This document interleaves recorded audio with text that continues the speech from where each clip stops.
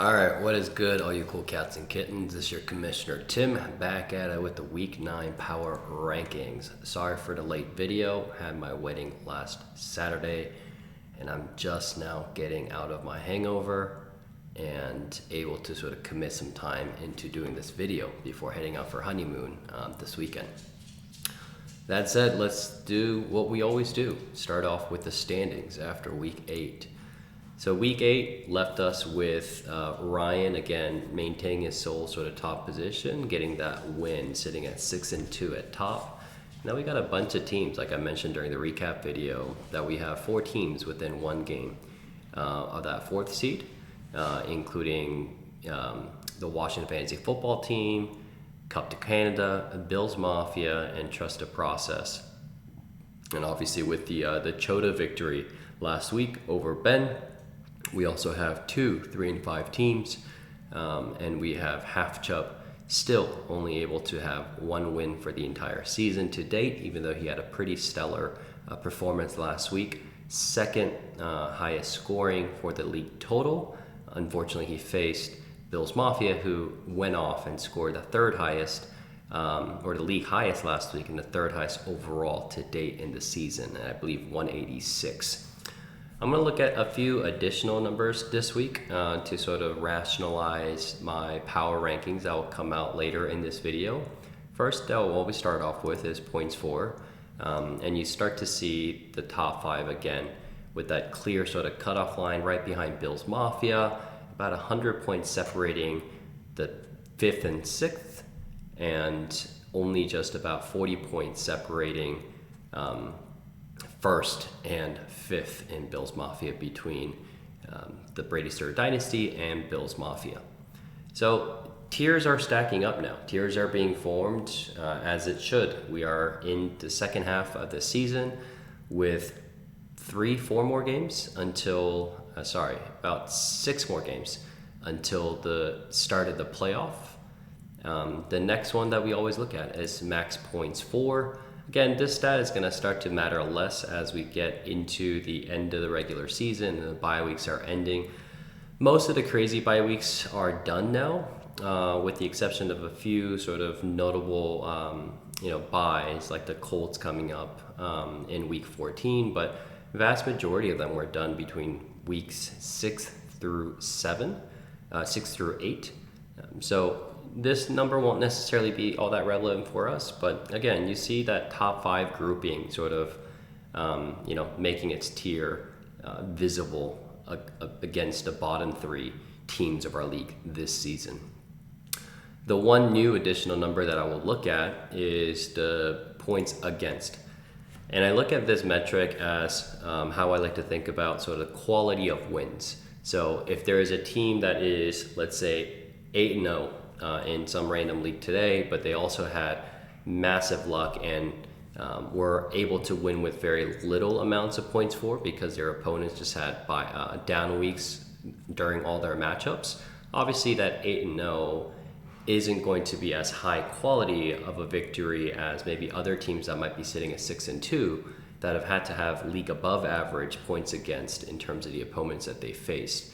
So just looking at this, it's also not crazy, it's not coincidental that you'll see higher ranked teams or higher standing teams sitting at the bottom of this chart, just because some luck also goes into it.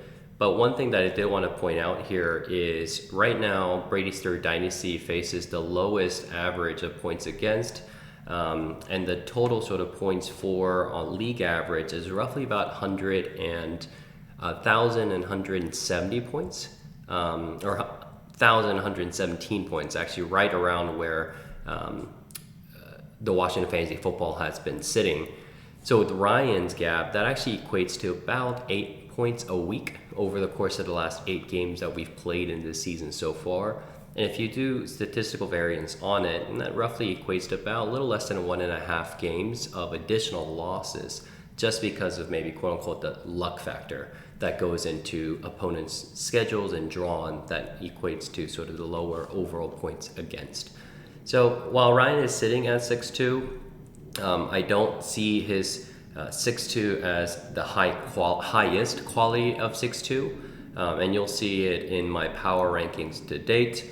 But he obviously sitting at 6-2, all but guarantees that he's got the playoff seeding on lock. All right, so that said, let's go into the standings or the power rankings. And I need to remind everyone that remember what my power rankings are all about. Power rankings is meant for the likelihood of a team that I believe is going to win the chip this season. So I'm going to start out with Half Chubb, even though he had a great week. And again, I think his roster has been greatly underplayed compared to the actual strength that a roster would have been just because of bad luck or injuries or bad buys. As we saw last week where he scored the second highest league total in week 8. That said, at 1-7, it's going to be mathematically impossible for John to be able to get into the playoffs with his roster and his current situation today. So even though I think his roster is not the worst in our league, I do have to put Half Chubb at 8, just because of the standings and the bad luck that he's had to date. All right, and then I'm going to start with 7. So Ben drops down to 7 here, even though he had the lowest league average, and I had to move Chota up a spot because he defeated Ben in last week, in week 8. So this is where it gets really, really interesting. As I mentioned earlier during the points against, points for, all the sort of the numbers that we looked at so far, where there's that grouping of the top 5. And I think those top 5 are really the likely of the teams that are having a legit shot at a playoff seeding. So I'll start here. Maybe a little bit, contrary, maybe a little bit out of there, but I put the Washington Fantasy Football Team at 5. So that's a drop from number 1 last week into this position heading into week 9. Not only did he have a loss against Trust the Process, who was previously sitting at the 5th spot, but he obviously, as mentioned before, and we all know, King Henry is out. And he is out for the entirety of at least the fantasy football season and playoffs. So really, how do you replace a production like that? When I mentioned before that Derrick Henry's been averaging 15 points over the average running back 2 quality start caliber, if you equate that over the course of 8 games that we've played, like I mentioned, he would be sitting right around where Half Chubb's production to date has been in terms of points for. So it's really hard to see that happening now with Washington Fantasy Football Team. And as we saw with Mark Ingram taking goal line touches away, and looks like Simeon will be the starter for the New Orleans Saints this week.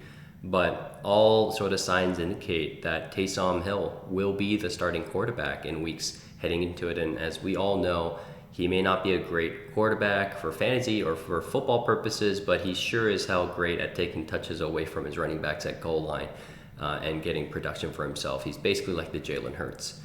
So that said, I got the Washington Fantasy Football Team sitting at 5, and that means that Trust the Process, I've moved up a spot just due to the win against the Washington Fantasy Football Team. Again, it's really hard to put the Trust the Process anything above this 4 mark, just because of the record, but also just because me as a manager, I don't even know if I want to make it to the playoffs this year or not. So these are all sort of the things that I'm having to battle with. But hey, I like the playoff race that's sort of shaping up and heating up at the moment, so we'll keep it as is. We've got some movements in the top 3 though.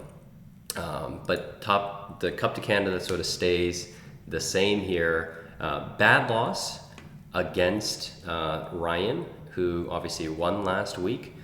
Unexpected, but Ryan really, I think that victory really set Ryan up with a guaranteed berth into the playoffs this year. And I believe Cup to Canada still has a very strong roster to be also able to make the playoffs very, very soon as well. And certainly with this matchup, Cup to Canada and Trust the Process in this week, if Cup to Canada is to win, I think it takes a lot of air out of the sails of Trust the Process timeline to be able to potential to make the playoffs this year as well. So we'll see what happens, but I got Cup to Canada at 3. And like I said, anyone I think above this 3 line for me is a very likely, they all share the same percentage probability of who is likely going to be able to win the chip this year. So don't get too attached to these numbers. I think top 3 will always shift and change throughout the losses and movements week to week. Number 2, I got Brady's Third Dynasty. Like I said, obviously he is standing in sole first within our league, but the quality of the wins just haven't been there, and I still see a lot of holes in Brady Stewart Dynasty's roster.